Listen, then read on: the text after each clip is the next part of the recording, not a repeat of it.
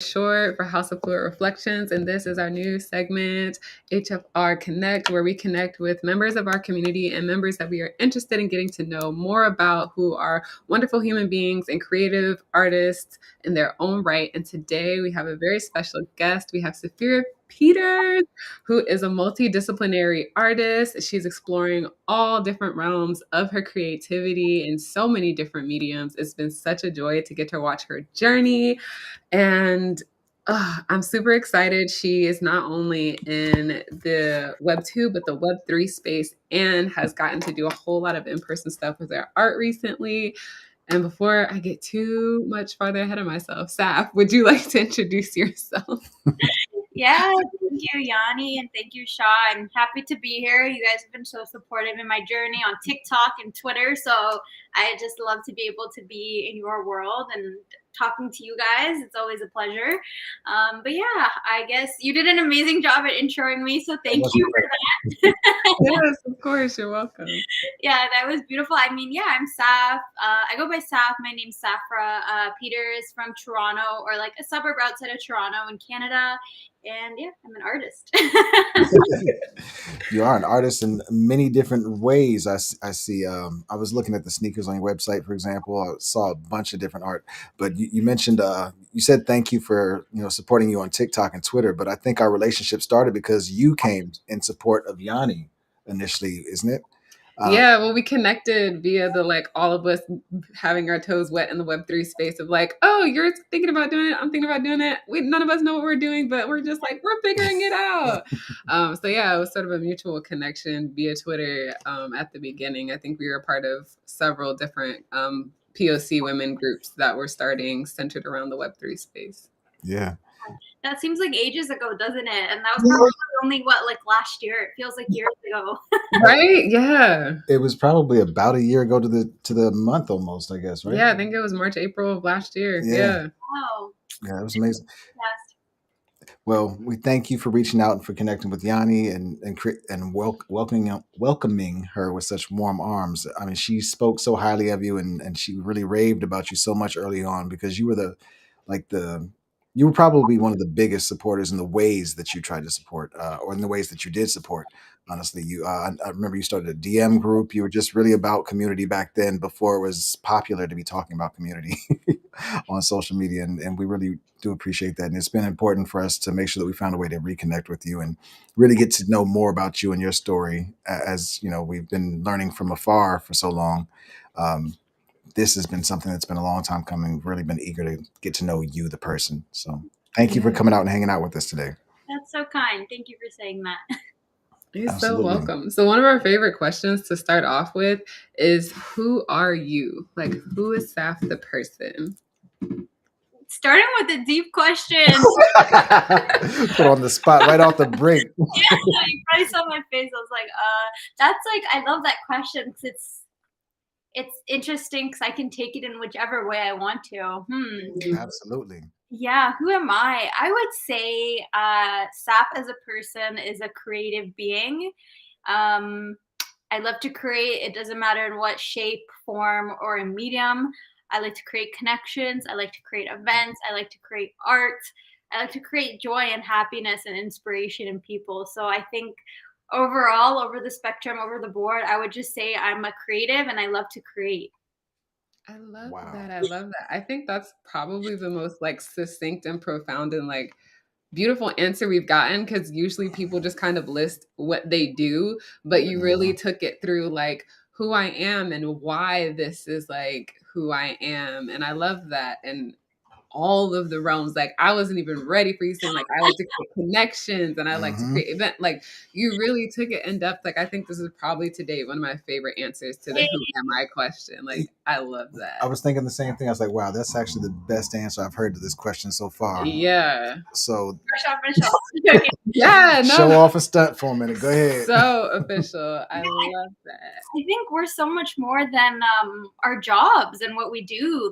We're human beings and we're multifaceted. So that's kind of how I took it. So yeah, I don't know. That's the point of the question. And that's the point of the question, because usually the first 20 minutes of the conversation is walking whoever we're featuring through like the human aspect of it and explaining that part, how like we get so caught up in just our jobs and the titles that we're like given that we don't even have an idea for ourselves about who we intrinsically are as the being, as the person, not just what has been labeled, sticky note labeled onto us from various different places. So I love how that just sort of came out of you just so naturally. Like it was, I thoroughly enjoyed that.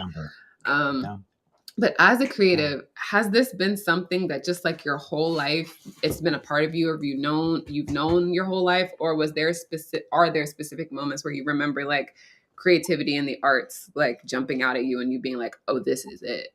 Yeah, I would say, and it's so interesting because as you're asking me this question, it reflects to the way I answered what I just answered. But I would say I've always been a creative person, but I haven't been into the physical like art, like what I'm doing now, until 2019. So it's interesting. Yeah. So before this, like growing up, I used to write a lot. So I would like not only journal, but I would just like as a kid create random stories and just like write songs, believe it or not. Like I wanted to be a singer. Don't ask me to sing because I can't. But that was like my dream. But like it just like this process of creating stuff that I just comes into my mind. And like I even found some of my old journals in a move that my parents were doing from their old house into a newer house. And so I found some of my old notebooks from when I was a kid. It was actually like and just story writing. And at one point I remember trying to type up a story on the computer when I started learning how to type as a kid. So yeah, I don't know, I've always wanted to create things, and then that transformed into photography. I don't know if I shared this with you, Jan, but I photography before digital arts, and so I have a sweet spot for photography and photographers, probably why we connected. And yeah, and so that was like yeah, I was into photography for many years, and then that transitioned into digital art later on. So I don't know, I feel like creativity has always been part of me. I'm a Pisces, and creativity is like part of who we are. And yeah.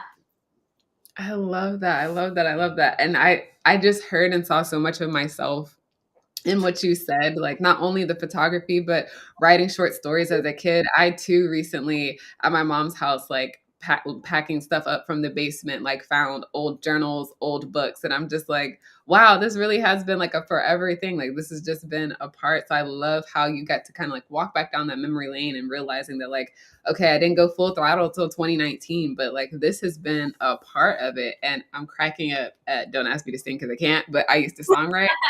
Songwriting is a real thing, though. You don't got to be able to sing a lick. If you can write a melody, if you got some good hooks, some verses, hey, songwriting is songwriting, period. Yeah, that's Um, facts. yeah, but I love that. That's so beautiful. And so was there a moment in 2019 that brought you in, or something that pushed you into like, this is where you're supposed to be? Was like, there's something that happened, or did you just pick up an art piece again and like, it was just like, ooh, this feels right? Or how did it happen in 2019? Yeah, for sure. So, like I said, I wanted to be a photographer, right? So when I was in university, that was like my end goal. And the program that I went to, like I wanted to go to like an artsy school, but my dad, like having strict brown parents, was like, no, you need some kind of like stability. I went to was like a kind of a mesh of business and digital media. So it was cool because you got the business side of things, but you also got to be creative. So I learned a lot. And in that process, I was like, okay, if I want to be a photographer when I come out of this, I need to learn a storyboard and like be able to use if I want to work on big projects, you know? And so I took my student loan and I bought an iPad and I was like, hey, I'm going to learn how to draw because I need to know how to draw. And I did draw stick figures. It was terrible. And I went on a project where every day for 365 days, I drew one piece of art on my iPad. And I made I made an Instagram account just for this, and that kept me maybe had like 100 followers, like nothing. But I built that up from the ground, which was pretty cool. But it was just like 100 followers. But just knowing that those 100 people were watching me, they probably didn't even care about me. But just knowing that, you know, I was being accountable, that they were watching me, that held me accountable to do the project. And yeah, long story short, during that process, I just fell in love with creating art, and that's when I actually started painting sneakers. Like Shaw, I know you mentioned that earlier. That came out of this digital illustration process. So I was like, I can create so much on my iPad. I want to take this physical. I love sneakers. I love fashion. So I brought it to sneakers and jackets. And I don't know, I feel like my whole world expanded and exploded because I'm like, whoa, I can just like use my hands to create something like on my iPad in a matter of hours. It was insane. And yeah, that's kind of how that started for me. I'm bowled over by the fact that you said you couldn't even draw stick figures. And in Yeah. like under 4 years, you draw immaculate illustrations. Like your stickers are amazing and your sneaker work. I'm just like, I wish. Like it is so incredible, so beautiful. And I love how your style seems to kind of translate through each of your mediums as well. Like I love that I can see a piece online and be like, I didn't even have to see the ad. I know that's Saf's work. Like I know Yeah. Saf did Yep. that. Yep.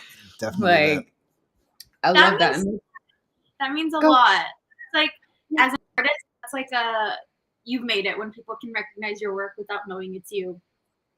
Yes. And I would say you have. I mean, seeing all the different ways you've gotten involved, not only with community, but with different events that I've seen you participate in, different publications that you've been featured in. Like, how has that experience been from going from 2019 Can't Draw Stick Figures to now 2023? You've been featured in publications, you were at Art Basel. Like, how has that transition been for you?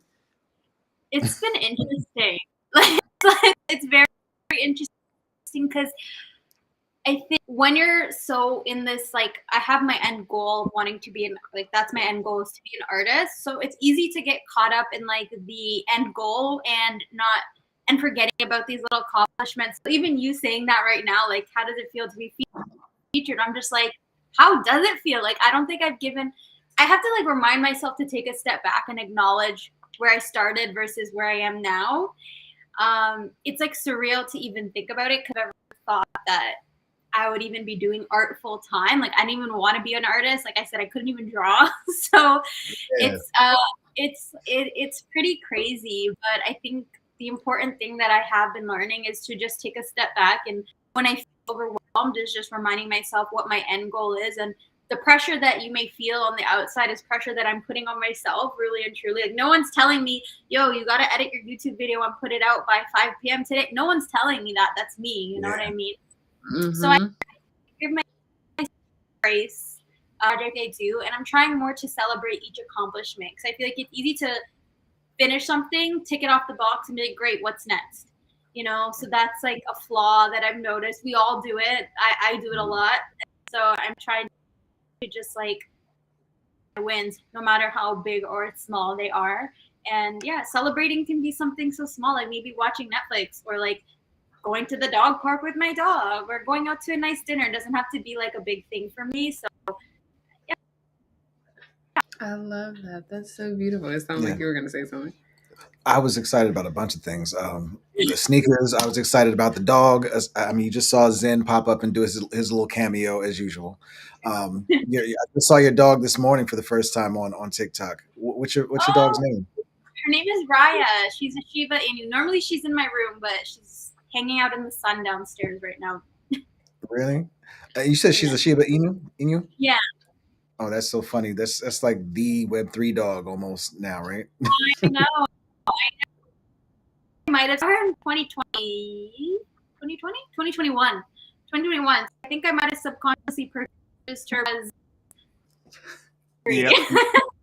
You're for it, right?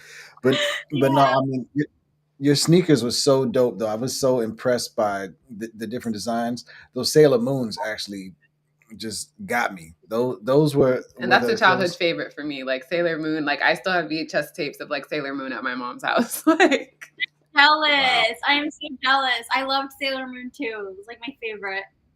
Yeah. Those and the Blue Storms. I love those. I'm a Nike Air fan. I've been wearing Airs since forever. But the way you buttered these up, man, I'm in love with them. And you've got a bunch of others. Like the way you broke up the Nike symbol on the Cotton Candy Dreams was crazy. And the other ones where you took the symbol off and you put it back on backwards.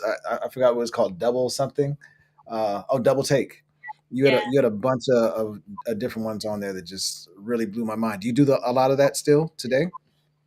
Well, first of all, thank you. That's really kind. And no, I haven't done them recently. I think ever since I transitioned into Web3, I've been focused more on digital. But that's not to say I wouldn't do it. Like sometimes people come to me like, "Hey, can you paint a sneaker?" And if they're like friends or family, I've definitely done them. The last one I think I probably did was last September, so Wow. not that long ago.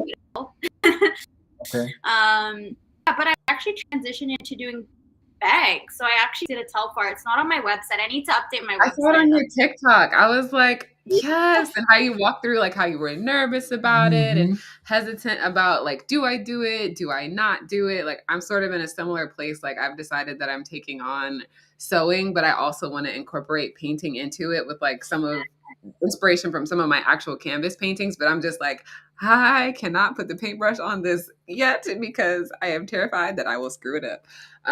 So yeah, like how was that process for you? Because seeing you talk through it on TikTok was like, I relate to this artist's anxiety so much. I will tell you honestly, you can't overthink it. Like that anxiety, you just have to do it. And like if I kept overthinking it, I probably still wouldn't have had the bag done. Like I probably would still be thinking about it, knowing me. You honestly just have to do it and not even think about it. That's what helped me. The process was really cool. Like nervous because it's a tall bar, and I'm like, if I mess this up, like one, I'm gonna lose all the money that I paid for it, but also like, I'll feel bad about it too. Like I don't want to like. I was like, regardless if it messes, I'll still rock it. But I painted it. It was really fun, and I painted like the smaller one, like how they have the mini one. So it actually didn't take that long, which I was surprised by. And yeah, I ended up just posting it on Instagram, TikTok, like you said. Actually, Debbie Soon from The Hug reached out to me, and she purchased it as a birthday gift for Randy Zuckerberg.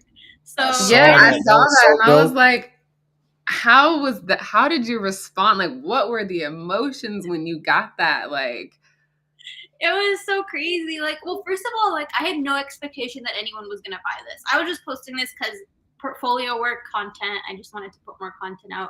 So I was like, honestly, if this doesn't go out, it's fine. I'll keep it. I love it anyways. So expectation. So already just her messaging me to buy it was like, I was over the moon because it was so random. Like she literally responded and she was like, oh, this is awesome. You should do more of these. And I was like, yeah, I would love to do more of these, but I just like make sure like I can make money off of it. And she's like, I would love to buy it for Randy's birthday. And I was like, okay. Wow. It was like mind blowing. I've definitely met Randy before. She's very down to earth, humble, great human being. Connected with her a lot. So I love her, but it's crazy that like someone so influential has a piece of my work now, if that makes sense. Like that's the part that's kind of like mind blowing to me. Yeah. Is that like gas in the tank for you? Does that motivate you and push you to keep going harder, or is it just kind of like, okay, I got that, and you don't give too much credence to that? I mean, I know some people like, I don't want to pay too much attention to my accomplishments because they'll hinder me in some way. How do they work for you? Yeah, I think it does give me gas in the tank for sure. Because right after that, I actually purchased another telfar, and believe it or not, it's still in the packaging. I haven't opened it yet. But like, it did give me gas in the tank in the sense of like, keep doing this because you don't know where it's gonna go. There is a small voice in the back of your head like, how are you this? Oh, what a cutie. Thank you. He always has to make his debut. He's such a camera hound. Can you get down? He's like, I'm gonna be part of it too. He only does it when I'm on camera. He doesn't do it when we're just sitting around working. He doesn't do it, but as soon as he knows like record has been pressed, he is like, yes, showtime. Can you make some room for me? Can I get back? So you mentioned TikTok and Instagram. I know you've recently gotten to YouTube. I know you mentioned a tidbit of that earlier, but how has that journey and transition into expanding into the YouTube space been for you, and how are you feeling about it? It's exciting. It's interesting. This is actually my third YouTube channel, believe it or not.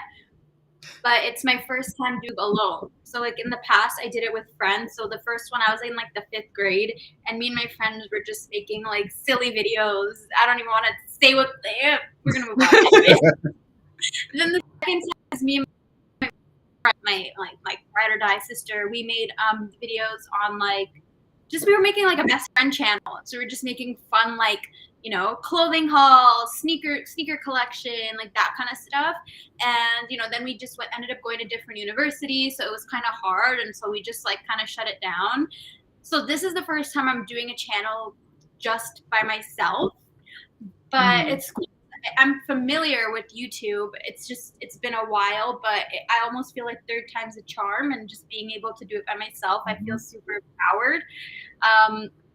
It's good and bad. Like YouTube's a great platform, and you can make content that will, like, unlike TikTok and stuff where it's like your video is only going to be shown for like 3 days and then on to the next. Whereas YouTube, it's pretty much evergreen content, which I really like. Like people can make content from 5 years ago and you can still be watching and it can still be relevant, right? So I really like that about YouTube, and that's kind of why I wanted to grow in that area, is just being able to grow my audience, but also help people more importantly, because I might be going off on a tangent, but I read something and it was like, you don't have to know everything, but as long as you can help the person who's 3 steps behind you, like you don't know how much you can help them pretty much. So that's kind of like the perspective I'm taking with my YouTube, is just like, obviously I'm not the biggest artist in the world or the most knowledgeable. I'm still learning and growing, and I hope that I always am learning and growing. But what I do know is enough to help somebody who's maybe 3 steps behind me. And that's kind of why I made YouTube, was to show my journey, but also help others. And I don't know, I like it. It's fun. So far, it's been a lot of fun just being able to sit and talk to a camera and make longer form content. Yeah, that's a beautiful way. And I love how you said it's one of your goals with it is to help pull up the next person who may be 3 steps behind you. Because indeed, I think that's when you're still in the learning process, I think that's one of the greatest places where we can help another, because it's not so far away from memory to be able to share, like, this is what it's like. So sharing it in real time, I think, is incredibly fruitful and helpful, because you ask a lot of people who, like, quote unquote made it, and it's like, yeah, how'd you start? What were your most troublesome like stepping stones? And it's hard to memory recall, but the fact that you're sharing right now in the process, it's like, what those hiccups were, those sticky bits that you're able to help somebody through. You're able to share the real time, like, before you got on, we watched your latest one about, you being in the mall now, and how like your blade went out while you were doing your stickers, and just like the troubleshooting things that a lot of people wouldn't necessarily know about, understand, or think to share. Like the fact that you're sharing that, I think it also normalizes like what it's like to be a startup artist and doing the entrepreneurial thing on your own. I think it's wonderful that you're sharing all the ins and outs, because I think it humanizes you as a person and not just a creator. And I think that's a wonderful thing. Aw, thank you. Yeah, I'm glad that's reassuring to hear, because I know when I was editing it, I'm like, is this even relevant, sharing about my blade? And at that point, I was so tired of editing, I'm just like, I'm just going to leave it in. I think it is relevant, because it literally watching that made me think of, I just did a art show in Philadelphia, and Oh, congrats. thank you. My prep process, like I was like, wow, I could have filmed that, because it made me think of your prep process. Like one of the frames that I had for my prints, like it turned out, we didn't notice at the store, but one of the frames was broken, and so we had to, like, the day before the show, like run out and go get another frame because the frame was broken. And then we had to troubleshoot with my printer, because my printer was printing prints with lines through it. So seeing you walk through that, like, it made me feel like, oh yeah, like someone else who gets it, someone else who's going through it. And it also makes you not feel crazy, because sometimes it's like, wow, is this a sign? Do I just suck? Should I just quit? Like, is that what this is? So seeing your video, it definitely made me feel like, oh, someone who gets it. And like, she kept going. I feel like I can keep going. So I don't think it was too much to include your blade and everything, because I think that really shows the human aspect, and it takes away what I think some social media, the influencer syndrome, has given, which is like everything's perfect, everything goes right. Like it really gives some authenticity and relatability to you and your art, because it's like we see the immaculate Saphera Peter's art, and it's like, oh shit, like that is so amazing. But then seeing the real person behind it, it's like, wow, and she's down to earth and she makes amazing art. Like that's somebody I'd want to know in person and have community with, but also that's an artist I want to support because like I see myself not only in her art, but I see myself in her. So if I can just affirm that for you, I think it's wonderful. I love how your YouTube's going. Oh, thank you. That means a lot. I definitely agree with you on the whole influencer thing. Like everybody makes things out to be so perfect. And I actually think TikTok is changing that now. I think a lot of the old YouTubers and influencers created this life that we aspire to have. But now these influencers are making more authentic content on TikTok and it's more relatable. And I'm finding myself wanting to watch their videos more than like, you know, these older influencers who that part of them. So yeah, you saying that just made me think that I actually also have this same mindset. So thanks. Yeah, you're very welcome. And I love seeing that because it translates wonderfully. And like for the times when I feel like giving up on my art, like seeing someone like you sharing their genuine sides of things too, it reminds me like, oh yeah, we're all in this together. And there really is something to like, hi, Bubba. He's like, there really is something to, you know, the real human sides, showing the real human sides of real life and what happens in real life. Like everything isn't perfect. Like Zen deciding to give his cameos and shout out, have his vocal range shared in real time. Yeah. But no, the human side of what I mean, all of your posting, you've been very human in all of your posting, and I think that's one thing that's always made me feel like, okay, she's somebody we need to stay in contact with or stay in touch with because the humanity is there. There's you don't see the theatrics. I mean, it's just genuinely great camera work and great content, but at the same time, a very natural human conversation. It's like talking to a friend. Yeah. And that I think that's important. That was a big thing during the pandemic, I think, for a lot of people. And I think for both of us, we found creators on YouTube specifically that we really connected with and people who became like friends of ours just through sitting and watching their videos on a regular basis. It would be like they were in the room because you'd put their videos on and your videos remind me of those best friend videos where you just put somebody on and just kind of let them play with you play in the background while you're doing whatever you do to keep you company. So I think you're going to be very successful on YouTube. Oh, that means so much. I definitely have YouTubers that I watch for that exact reason. So really? It means a lot. Yeah, it means a lot that, you know, you're kind of placing me in that category like that. Yeah. Thank you. Flowers, all your flowers. Absolutely.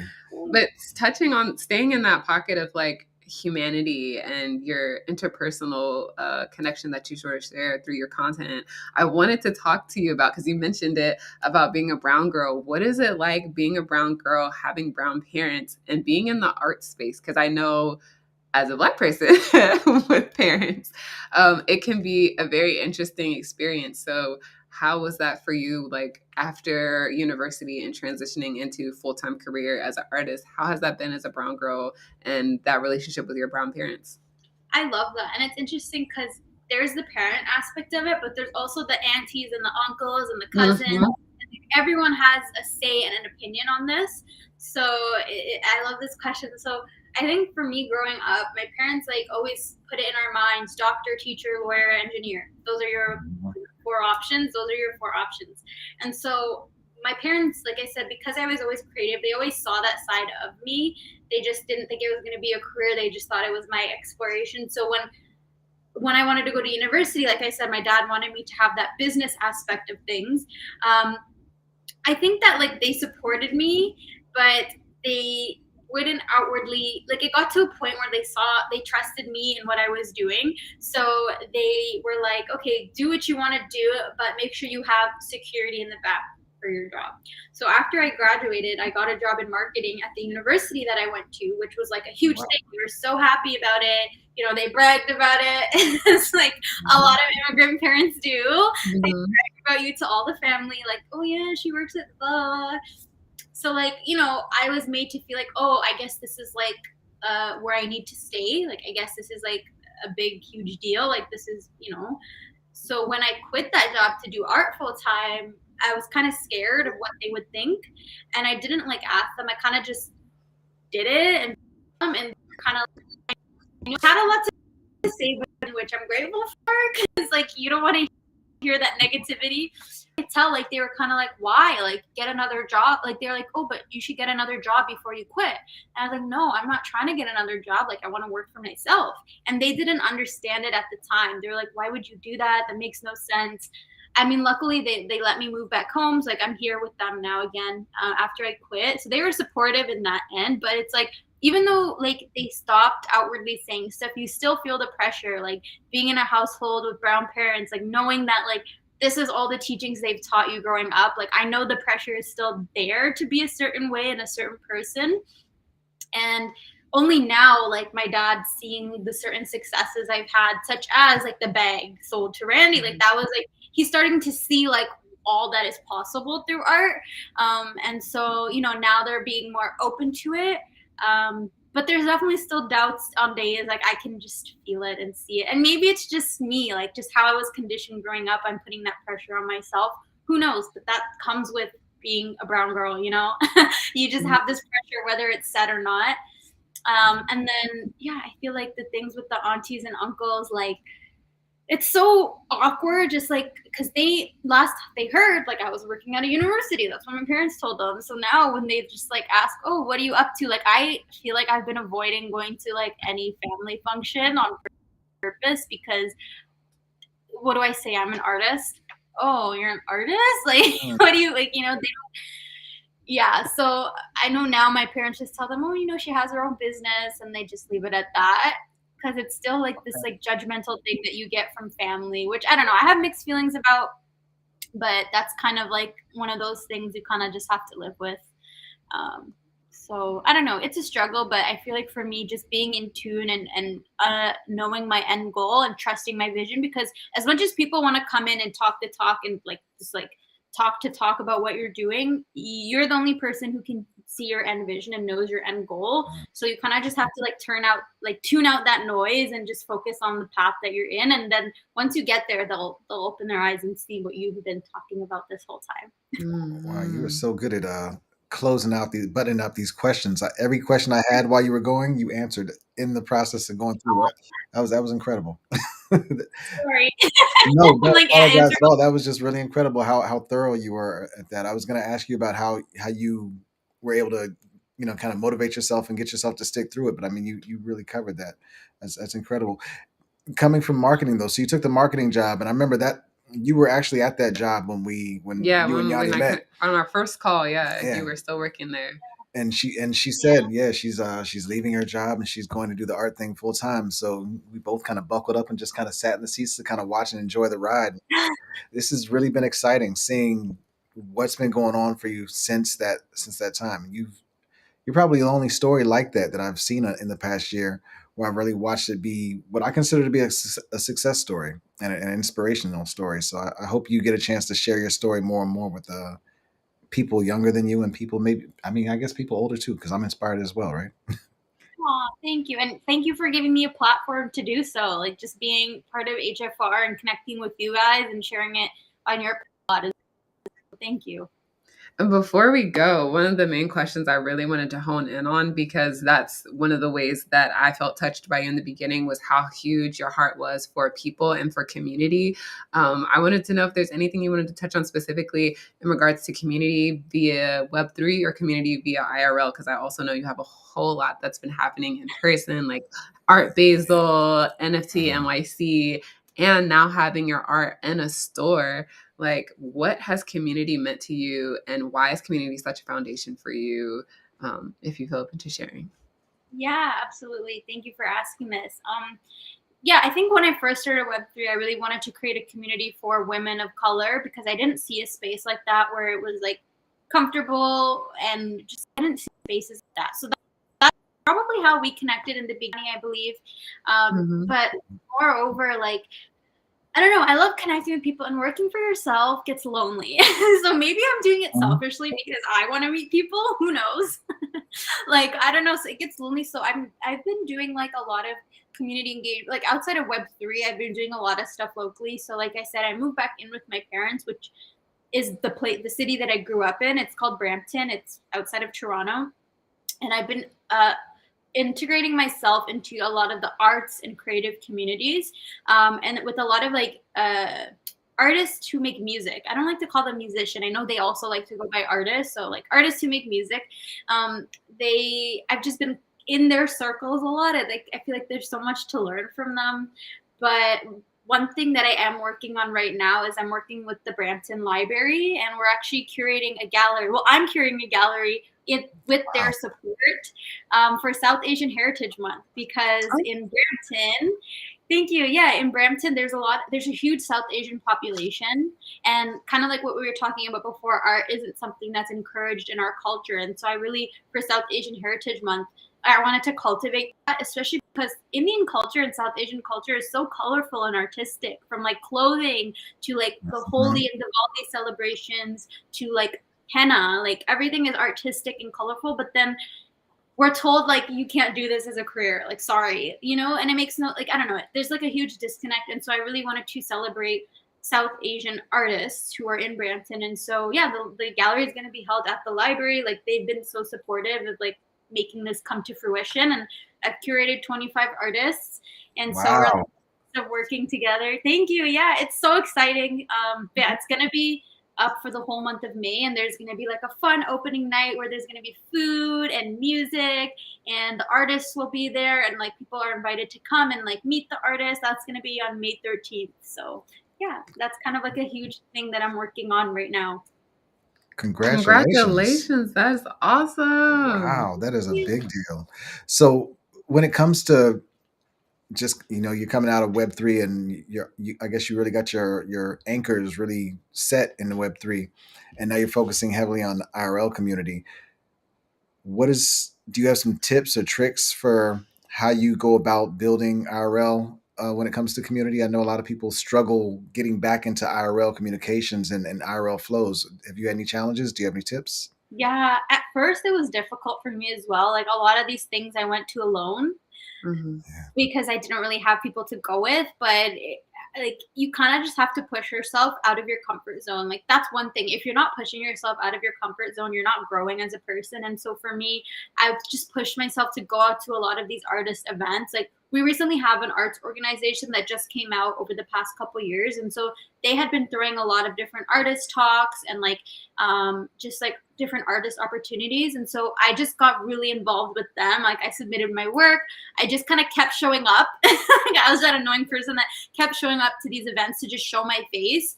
And then I eventually started talking to the organizers and, the people there, and connecting with other artists. And take it slowly and be gentle with yourself, because I remember the first couple events, like I think I just went and didn't talk to anybody and left. Like, because it's intimidating. Like people are there with their friends, you're there alone. It's like, it's hard to just go up to people and say hi. I'm even stuttering thinking about it. So like not a fun time, but that's okay. I think the first couple times, just like go out, and the first couple times just walk around. You don't even have to say hi to anybody, just be there. And then eventually you'll start getting comfortable enough to go up to somebody and talk to someone, because maybe it's someone that you've seen over and over again. So like for me, one of the organizers, like I had kept seeing her, and so finally like I talked to her, and later on, like a couple months later, I actually pitched the gallery idea to her, and she's the one who connected me with the Brampton Library to make this happen. So like if I hadn't gone out to these events and connected with her, this whole gallery wouldn't even be happening, right? So you never know who you're gonna meet and what's gonna come out of it. But I would say in real life is so important. Like Web3 is the future, but like 100%. But there's also so many people who aren't in Web3 that are doing some amazing things that you don't even know what will come out of it. And I think we're still at the point where Web3 is growing. So until then, like I like to have one foot in Web3, but also one foot into Web2 and in real life communities, and balance both. So I think they both have so much value. Absolutely. That's beautiful. So is that I mean, it's a lot, but is that the bulk of where your attention is in the IRL community space right now, is focused on this library opportunity and engaging with the music community, or the people who artists who are also making music? Yeah. Yeah, I would say those are kind of my two main areas right now. Outside of that, actually, something fun. I'm taking a course. I'm learning surface pattern design. So that's another area that I'm putting a lot of my intention into right now because I want to license out my work. Like my end goal as an artist is to be able to make content, help people, but also have time, financial, and location freedom. And for me, that's only going to kind of have passive income, right? Like if I'm making income and one of the ways that a lot of artists, musicians, like any type of person, you can license out your work. And so that's something that I'm learning into. And like pattern design is essentially like, for example, like this agenda that I have, like an artist made this design. And now anytime this gets sold, an artist makes money off of this design because they're licensing it out to this company. So that's what I'm trying to do. I'm Right. trying to learn how to do patterns right now. I'm taking a course and then learning how to pitch and license in the pattern industry. Um, so I would say that's like another area that a lot of my intention is going to. It's not really in real life, but the course lets you meet a lot of Web 2 people, if that makes sense. Like I have a steady group, we meet every week. None of them are in Web 3, but they're dope people who make dope art. And it's like still an opportunity to connect and meet people. So yeah. That's dope. Is that something you'll be sharing on your socials as well? I'd love to see a piece of that ride. Yeah, I've been posting a little bit of sneak peeks of patterns like here and there as I'm making them. Like I posted, I think one on my Instagram and on Twitter, I posted a few. I think I'm waiting to get more because I'm so early on. I think I'm waiting to get better at it. I can show you one right now. This is one I made. It's my lock screen. Oh, it's Ooh, that is gorgeous. hot. Yo, I love that. Thank you, Yeah, that's thank I you. love amazing. the purple. Love, as you can see, we love the purple color. Yeah, yeah, Yeah, purple's my favorite color too. that's cool. Yeah, I definitely will be sharing more of it once I progress. I'm actually making a TikTok about it today about making patterns, Oh, so dope. you'll see that. Okay, so we'll watch for that for sure then. And what about well, so we talked about IRL, Web3. What else is going on with you in the world of Web3 right now? I know it's with the bear market right now, everybody's kind of taking it slowly. Some people are hibernating, with the market. What are you Yeah. doing in Web3 right now? Yeah, right now I'm not actively building anything in Web3, but I wouldn't say I'm hibernating. I still like say my good mornings. I'm still connecting with people every single day, just like you guys. And I'm still I was like at a couple galleries at NFT NYC. So I guess I'm more so I'm not actively I'm not actively working on anything, but I think I would say I'm passively working in Web3 right now. Okay. Um, yeah, I guess one thing that I can say without giving too much away, I'm doing a YouTube video involving a bunch of Web3 artists and AI. So that's something in the process I'm working on.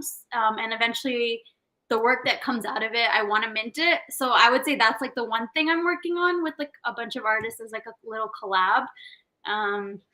But it's super early, so I don't want to say anything before like I've worked things out just I yet. got you. But that's one Yeah, thing. we understand, but something to look forward to. Yeah, Exciting. absolutely. Yes, absolutely exciting. Last question about Web3. Do you have anything that's out right now that or somewhere that people should go to find what you create, what you've minted, what's available from you? Yeah, absolutely. So on my link tree, I have all of my links to my NFT collections. I have two right now that people can purchase. They're editioned collections. So one is on Tezos on Object called Surrender and Flow. And there's another one on the Flow blockchain. And it's about the 7 chakras. It's called the Wheel of Life. So those are my two that are available if anybody wants to like purchase and support in that way. But I would say like anything else like YouTube, I would love support on YouTube and TikTok. I'm trying to grow. So I would like love people to just kind of check my YouTube out. Oh, you posted the link tree. Yeah. Thank you. So fast. Thank you. Yeah, so that has everything that people need to see. I also have a newsletter. So if anybody wants like cool discounts on like on my Etsy store or just like things that I'm working on, my newsletter will be giving that out. But that's all in the link tree. So That's excellent. And we could probably ask you 1,000 more questions. I don't know if I want to do that because I'm known for over questioning people. Do you have Well, anything else that before you? Uh-oh. it's okay. I just spilled my water and all the excitement. But it's okay. well, before we go, I guess we'll ask, is there anything that you want to share about things you have coming up, where you'd like people to find you? And is there anything or any way that people can support you right now? Yeah, I love that question. I would say definitely check out my YouTube, subscribe to YouTube, TikTok, Instagram. Those are like my main 3 platforms, plus Twitter for Web3. That's where you can stay up to date with everything that I'm doing. And yeah, just I would love feedback on my work. I'm always open to feedback on work and videos and stuff. So that would be a great support. Right. When you say feedback, what types of feedback would you enjoy? Because I Yeah. know sometimes when I ask people for feedback, they're just like, I don't know what to say. I love to know feedback on like content that I'm making, if it's helpful or not. That's like a huge help, because sometimes you make things and you don't know if people are actually taking anything from it. Yeah. Like, sometimes there's a gap when you're like here, and maybe there's someone here who doesn't understand what you're doing, and you need to like bring your mind back to like certain terms that you were also learning, if that makes sense. So I think feedback on like content is super helpful for me, just like when I'm creating my content. And also like art content, like when I'm making work and posting work, please don't post it publicly because it'll be sad for me. But send me a DM and be like, hey, this is great, but I think you could do this better. Blah, blah, blah. I'd love that. That's dope. That's perfect. Well, Yeah. thank you, Saf. We appreciate you taking the time to hang out with us today. It was really great to actually meet you, and have a conversation with you. This is something that's really important to us this year, is to really connect with the people that we consider to be part of the HFR family. And I don't know if you've realized it or not, but we've considered you family since you two connected last year. Aw, I love that. I definitely consider you guys family as well. And I really, again, want to express my gratitude for bringing me on and trusting me on enough to have me on your platform, and even allowing me to share a little bit about myself. It means a lot, and I'm just grateful to have you guys in my life and in my circle. So thank you. Yes, same here. We're so grateful to have you. So excited to continue connecting, continue supporting. Maybe one day in the near future, we'll make it out to Canada for one of these events that you'll have. We'd love to support in that way. And we will pack for all kinds of weather. You're not coming in April. Right. You're gonna have to. But yeah, thank you so much. It's been so great to talk to you, get to hear more of your story and who you are as a person. You have such a wonderful spirit, and we look forward to continuing to connect with you and see how you just blossom. Yay, likewise. I can't wait to see where HFR goes, guys. Seriously. Thank you. So We're taking much. you with us. Yeah, right. We're all going together. Well, thank love you, it. guys. This has been HFR Connect. Today we connected with Saphera Peters. You can find her art. The links are here. You can check out her link tree, check out her YouTube, check out her Instagram and her TikTok and Twitter. Stay connected. Support systems and community are how we all make it together. And that is our wish for all of us, for success for all of us in a healthy and positive way. So I'm Yolanda Marie. Shah, Dragon's Pitchfork. And this has been Saphera Peters, aka Saf. And we will catch you in the next one. Peace, love, and all that good stuff. Love.